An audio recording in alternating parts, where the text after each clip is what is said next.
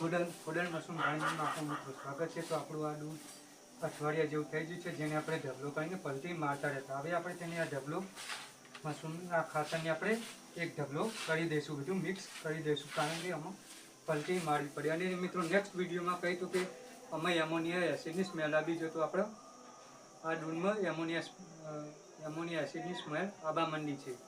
હવે આમાં vermi compost ખાતર એડ કરીશું।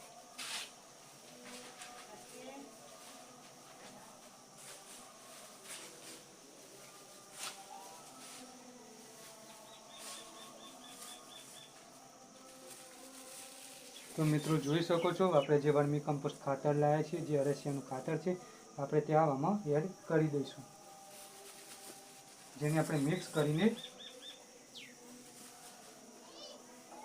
ઉપર પાણીનો સ્પ્રે કરી દેવાનો છે અને આને 3-4 વખત પલટી મારવાની છે।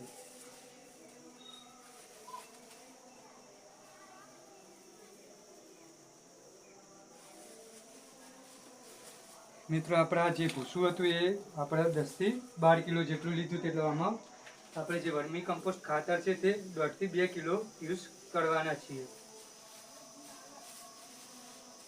તે સંપૂર્ણ આવી રીતે ભરી જાય એટલે તેને ફેલાવી દેવાનું।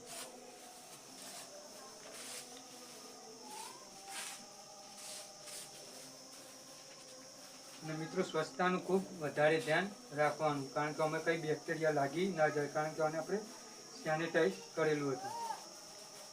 તો ચાલો આપણે તેને પલટી મારવાનું ચાલુ કરીએ, કે જે વર્મી કમ્પોસ્ટ ખાતર છે તે ભરી જાય।